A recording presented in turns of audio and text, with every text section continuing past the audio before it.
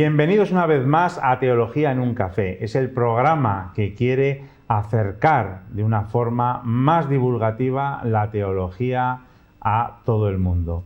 Desde el 2021 la Iglesia está profundizando en una forma de ser Iglesia. Estamos hablando del sínodo de la sinodalidad. Y después de haber recorrido la fase diocesana, pasando por la nacional, la continental, llegó a finales de octubre de este 2023 a Roma. Y para hablar del sínodo, de la sinodalidad y para tomarse un café con nosotros, está aquí con nosotros Óscar Lavín Aja, que él es director del Instituto Superior de Ciencias Religiosas San Dámaso, con extensión en Santander. Bienvenido, Óscar. Bienvenido aquí a Teología en un Café. Muchas gracias, Arturo. Nos han repetido por activa y por pasiva que el sínodo es un caminar juntos. Pero cuéntanos de forma resumida qué es el sínodo, qué supone para la Iglesia. Bueno, pues supone un reto, es un gran proceso, como bien has comentado, que va desde cada cristiano a los grupos parroquiales, de las parroquias a las diócesis, de las diócesis a las conferencias episcopales de cada país, y esas conferencias episcopales pasan a una última reunión, síntesis de cada continente, y todo esto ha llegado a Roma, donde se hace un instrumento de trabajo, instrumento laboris que se dice, y después ahí han estado todo el mes de octubre unos representantes de todos esos grupos de la Iglesia extendida por el mundo entero, y han dado fruto pues este documento, ¿no? Sinodal, que ahora vuelve otra vez a las diócesis, a los grupos, para poder seguir debatiendo y profundizando, y en octubre del próximo año tendrá la última fase final en Roma, donde se terminará todo este proceso que ha durado pues 3 años, ¿no? Desde el 2021 hasta el 2024. O sea que este café es muy importante porque este documento que viene de Roma lo vamos a tener que trabajar en las diócesis. Sí, hay que volverle a trabajar.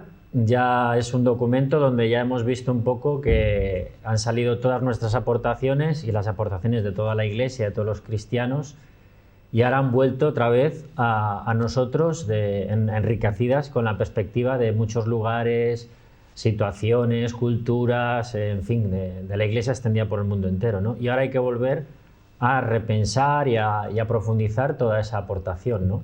Bueno, pues entonces a todos los espectadores que se están tomando un café con nosotros, mucha atención sobre lo que vamos a hablar aquí, porque lo vamos a volver a trabajar otra vez en las parroquias. Mucha atención. Y no solo es importante los contenidos del documento, de la síntesis que ha salido en Roma, sino también la forma de trabajar, que tenemos que aprender también de esa forma de trabajar. ¿Cómo han trabajado en Roma estos documentos? Bueno, pues han tenido una forma de trabajar que es un proceso sinodal de caminar juntos y sobre todo de hacer una búsqueda de una síntesis entre muchas, digamos, sensibilidades y perspectivas que hay en la Iglesia, ¿no?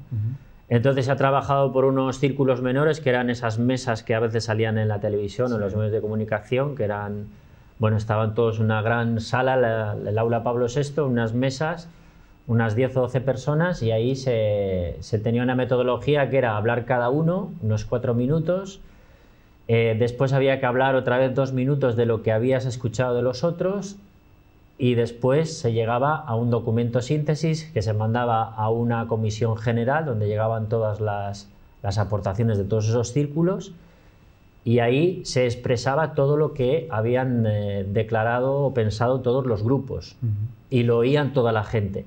Después se volvía a los grupos para poder completar todo lo que se había oído, de todo lo que habías oído, no solamente de tu grupo, sino de todos los grupos, ¿no?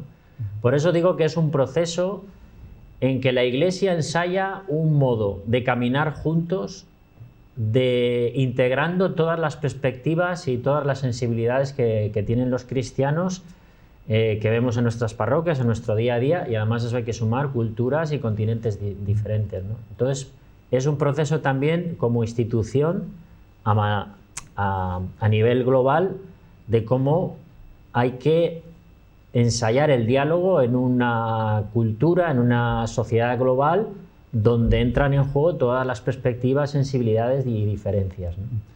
Y lo más importante de todo era bajo la invocación del Espíritu Santo, que sin eso no hay sínodo, vamos. Efectivamente, la otra gran palabra de ese proceso es discernimiento. Es decir, que nosotros en el diálogo y en la búsqueda de cómo la Iglesia tiene que salir a comunicar el Evangelio de Cristo, que sobre todo es una experiencia, es una comunicación, eso en todas las culturas y en todas las perspectivas del mundo, tenemos que discernir, es decir, tenemos que escuchar a través de los demás lo que Dios nos está diciendo, porque Dios habla a través de los otros, de los signos de los tiempos, de las culturas, de las religiones, de los países. Por eso todas las reuniones empezaban invocando al Espíritu Santo, ¿no? Sí, el momento de la oración y de la adoración ha sido un momento importante, no solamente en Roma, sino en todo el proceso, ¿no? En todo el proceso de consulta, desde los grupos hasta las parroquias, hasta las conferencias, hasta los continentes, ¿no? Sigue siendo un sínodo de los obispos porque había 450 personas más o menos, 100 eran como moderadores, teólogos y canonistas que no tenían voz ni voto, ¿no? Sino que estaban para apoyar, pero de los 350 restantes, 260 eran obispos, 57 yo creo que eran mujeres consagradas y no consagradas, o sea que se ha recogido pues una pluralidad, ¿no? Dentro de la Iglesia, aunque la mayoría eran obispos. Sí, porque el sujeto, digamos, que gesta el sínodo es el pueblo de Dios. Entonces en el pueblo de Dios están el Papa, los obispos, los sacerdotes, los diáconos, la vida consagrada, los seglares, las familias. Entonces, en este sínodo han tenido voto los seglares, la vida religiosa y los seglares, y especialmente de los seglares las mujeres. Entonces han tenido un voto deliberativo para llegar a esta síntesis final, ¿no? que se vota entera. Es decir, el documento final que uno puede adquirir en internet o en las librerías religiosas es un documento que ha sido votado, y en ese voto pues están el voto de los obispos, el voto de los sacerdotes, el voto de los religiosos y el voto de los seglares. Nos has comentado que había una forma muy organizada de trabajar, o sea, de esos 4 minutos que tienes que llevar por escrito lo que ibas a decir, que a veces nos cuesta, a veces lo cotidiano no suele ser así, las reuniones vamos sin preparar las cosas, decimos lo que queremos, o sea, es una gran lección este encuentro que ha habido en Roma. Hay otro aspecto, los contenidos se dividían en convergencias, divergencias y las propuestas. ¿Qué es esto? Bueno, este es el proceso del diálogo, porque el diálogo, cuando nosotros hablamos entre diferentes personas y aparecen siempre cosas que estamos de acuerdo, y entonces eso se ha plasmado en el documento como convergencias, cosas en las que estamos no en desacuerdo algunas veces, o tenemos diferentes perspectivas sobre ese tema. Entonces ahí se ha quedado el apartado de cuestiones a profundizar, a seguir profundizando. Y después hay cosas en las que ya, estando en común, podemos llevar a la práctica. Y entonces ahí se han integrado las propuestas que ya se pueden llevar a la práctica en las diócesis. Entonces, la filosofía de estos 3 apartados es que hemos llegado a una síntesis. Y una síntesis significa las cosas que estamos de acuerdo, las cosas que tenemos que profundizar, porque pueden ser diferencias o diferentes perspectivas, y entonces tenemos que seguir profundizando y caminando con ellas. Las diferencias no pueden ser para generar bandos, bando 1 y bando 2, o A y B. Las diferencias no son para generar bandos, ni las diferencias pueden ser para llegar a un término medio, ¿no?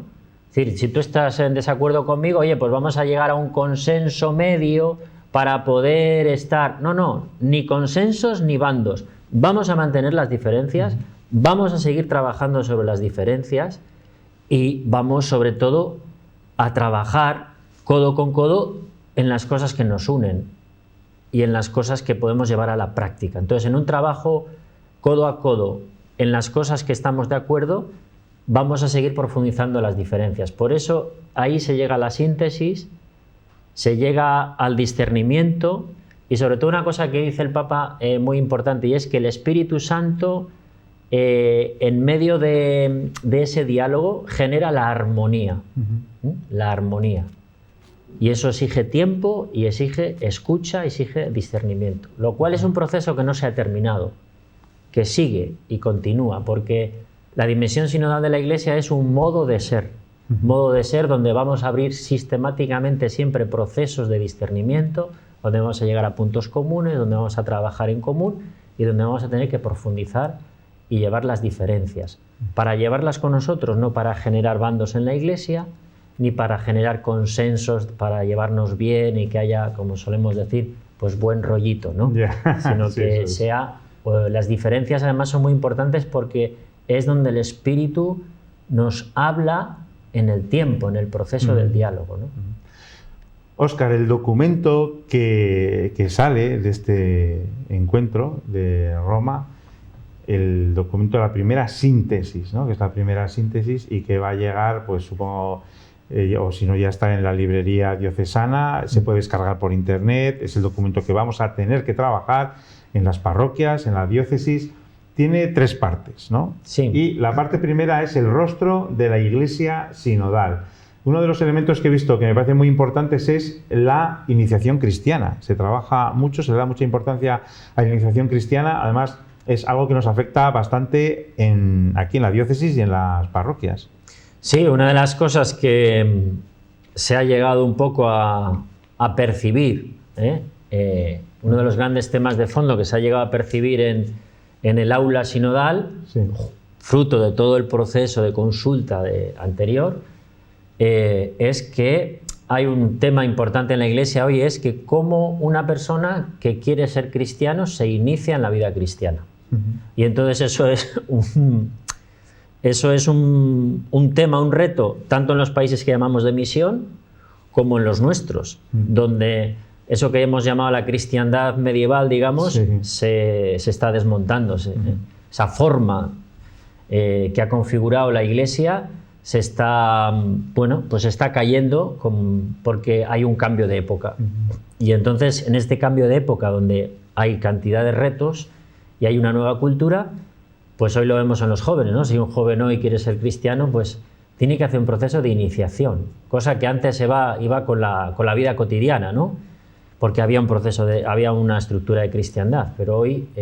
claro, se quiere pedir que si alguien entra, por ejemplo, en una cofradía o es catequista, bueno, tiene que cumplir un proceso de iniciación cristiana, bueno, tiene que tener claro, desde luego. Bueno, digámoslo así rápido y claro, los procesos de iniciación cristiana en nuestras iglesias están en el 1. Ya, sobre 10. Sobre 10. Quiero decir que todavía hay una especie de, hemos puesto en marcha ciertos elementos que... Herramientas, ¿no? Herramientas, pero bueno, en el fondo sigue habiendo un poco esta inercia de la cristiandad, ¿no? Cada vez menos, y por eso se ve un poco este tema, ¿no? Pero somos cristianos por herencia, ¿no? Exactamente, ¿no? Por cultura, por herencia, por tradición, por costumbre. Entonces, iniciar un proceso de ser cristiano hoy exige una iniciación. ¿Cómo se hace esa iniciación? Pues esto es el reto, ¿no? Entonces ahí es donde tenemos que discernir y caminar juntos. Los pobres también es uno de los puntos que se tratan en esta primera parte, ¿no? Bueno, esto nos va a costar mucho. Sí, ¿por qué, Óscar? Porque los pobres en este documento pasan a ser, o tienen una perspectiva fuerte, un subrayado fuerte de que los pobres son protagonistas en la Iglesia. ¿Qué quiere decir eso? Que tienen que tener una voz propia en la Iglesia. Por ejemplo, una experiencia que se ha producido en el Vaticano hace meses ha sido el Sínodo de la Amazonía. Entonces, los pobres no son esas personas que tenemos que ayudar, sino los pobres son personas que tienen una voz propia, que resuelven o tienen unas iniciativas para resolver sus propios problemas y sus propias perspectivas, ¿no? Y esto no solamente lo plantea el sínodo en la Iglesia, que eso es importantísimo, sino que también da un paso más, y es que eso también pueda ser una estructura de diálogo en lo económico, en lo social y en lo político. Es decir, que en las Naciones Unidas, por ejemplo, los pueblos pobres tengan una voz propia, no sean esos pueblos a los que el mundo desarrollado tiene que ir a ayudar, sino son pueblos que tienen una voz propia para decir, la economía la vemos así, creemos que el problema de la vivienda se resuelve así, el problema de la inflación, en fin, que tengan una voz propia. Pero ¿cómo se supera eso cuando toda la vida hemos oído no saben nada los pobres, o en esta sociedad tan materialista que decimos mis pobres? O sea, eso lo hemos oído muchas veces. Eso se supera, para nosotros lo llamamos un proceso de conversión, de cambio de mentalidad. Entonces tenemos que ir haciendo conscientes todos ese cambio de perspectiva, que nos va a costar mucho, obviamente, ¿no? Pero claro, estamos hablando de que el 85% de la humanidad pasa hambre. Algo tendrán que decir, porque claro, no se ve la vida igual si tienes hambre que si no tienes hambre. Entonces hay que poner un poco la perspectiva de que la realidad siempre tiene puntos de vista, ¿no? Y en esos puntos de vista el pobre tiene su voz, tan legítima como la otra, ¿no? Bueno, entonces eso va a costar porque claro... Pero bueno, es un reto y ahí vamos a estar para... Es un reto fuerte, sí. La parte 2 del documento que vamos a tener que trabajar aquí en la diócesis es todos discípulos, todos misioneros. Y hay uno de los aspectos importantes, hay varios, pero yo he destacado el de la familia, que es como la columna vertebral, ¿no? Sí, ese tema también se adelantó el Papa. El primer sínodo que hizo el Papa fue el tema de la familia, ¿no? Del Amoris Laetitia, y porque es una estructura básica en todas las culturas, ¿no? Y es una estructura además también que no en todas las culturas está la monogamia, por ejemplo, y entonces en todas esas estructuras familiares se reconstruye o se teje una sociedad en la base, ¿no? Entonces todas las problemáticas que existen ahí en la familia, en la cultura, en la forma de entender la sexualidad, en la institucionalidad de la relación hombre-mujer, entonces todo esto es un problema muy, muy básico y muy estructural en la estructura de las culturas y del mundo, ¿no? La mujer es otro aspecto muy importante y es el que yo creo más se ha recogido en los medios de comunicación durante este encuentro, esta presentación, este trabajo de la síntesis en Roma. La mujer en este proceso de emancipación que se produce en la historia tiene que entrar en la sociedad a aportar su esencia, ¿no? Y entonces en la Iglesia también ha querido dar pasos en este punto, ¿no? Que la mirada de la mujer, que la esencia de la mujer entre a formar parte de nuestra forma de estar y de ver el mundo, ¿no? Y que se aporte desde ese ser mujer, ¿no? Después hay cuestiones ahí de cómo eso en la Iglesia se entre la mujer a tomar decisiones. El diaconado, ¿no? El diaconado de la mujer. Y bueno, esos son puntos ahí que están en una mayor profundización, ¿no? Esos son de los puntos que hay que ir profundizando. Esas son las divergencias, ¿no? Ahí, porque habrá quien diga que desde la Iglesia primitiva había diaconado de la mujer, pero claro, hay un problema sobre si pertenece al orden, ¿no? El diaconado, ¿no? Sí, ahí hay dos perspectivas, ¿no? Que el diaconado esté en el orden del orden sacerdotal, o sea, que haya los 3 grados, diaconado, sacerdocio y episcopado. Y hay otras perspectivas donde que la Iglesia, la primitiva Iglesia, en el primer desarrollo del primer milenio, no se llegó a institucionalizar tanto en el ordo, en los niveles, el diaconado, ¿no? Y entonces, bueno, pues son cuestiones que hay que profundizar en la tradición para encajar el lugar de la mujer, ¿no? Que en la Iglesia no solamente es, digamos, que el diaconado, ¿no? Sino que también hay muchos lugares donde la Iglesia, donde la mujer tiene que aportar su visión y su esencia, ¿no? Esta parte también que se ha trabajado en la asamblea, en esta asamblea, habla de los movimientos laicales también.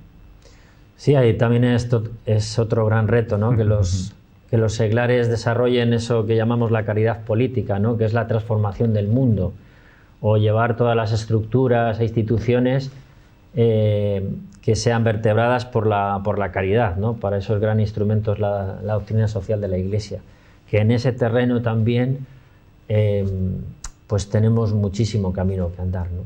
porque muchas veces el laicado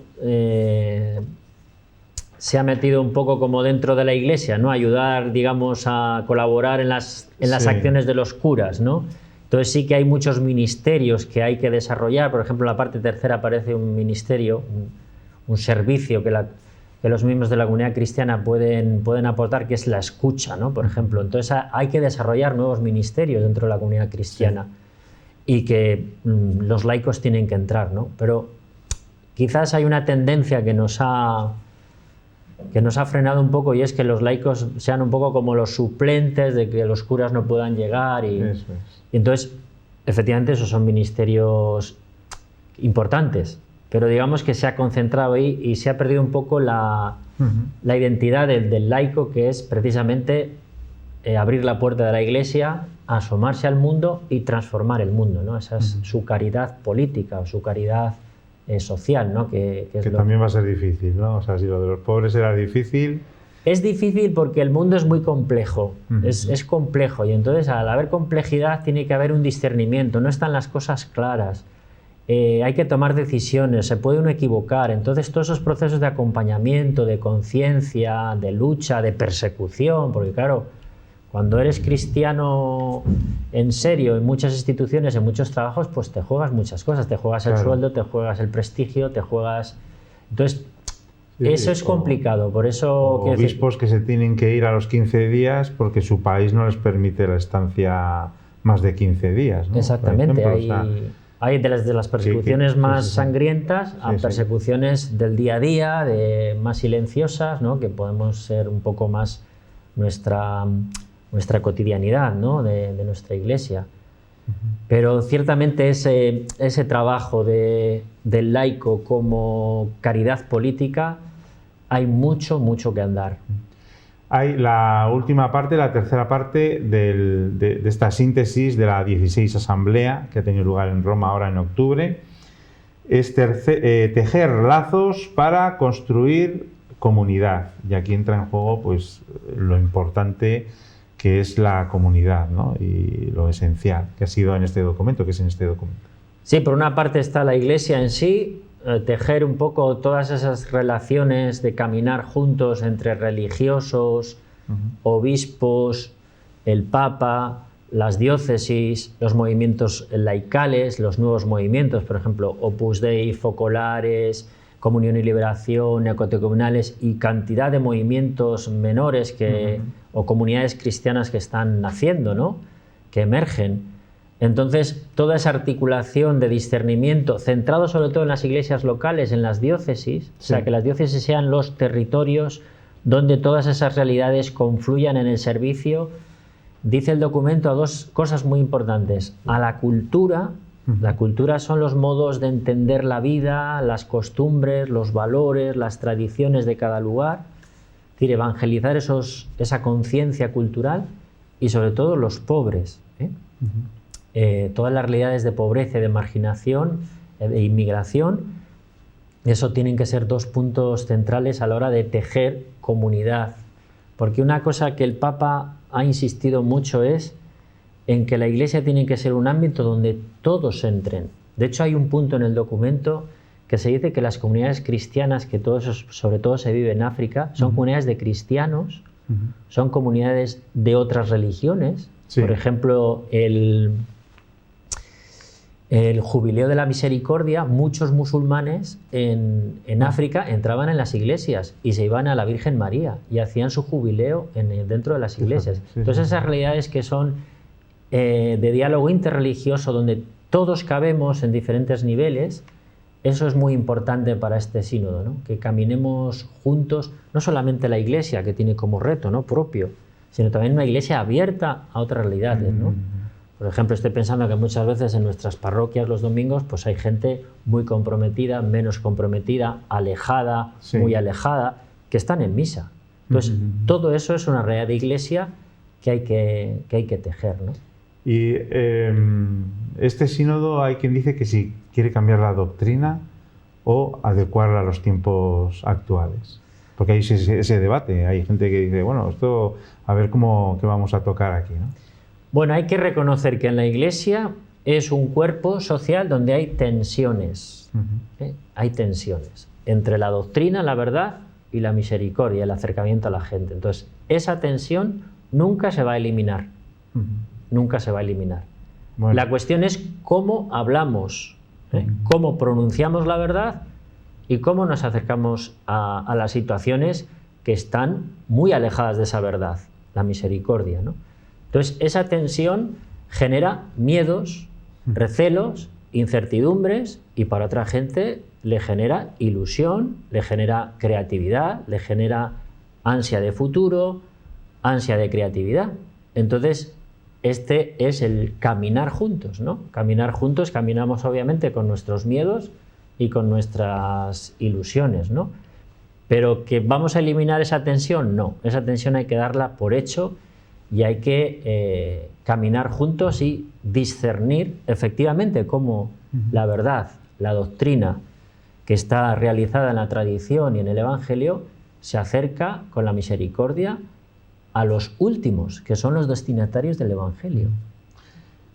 Óscar, muchas gracias por acercarnos este documento que ha salido la primera síntesis en la 16 Asamblea General Ordinaria del Sínodo de los Obispos, de la sinodalidad.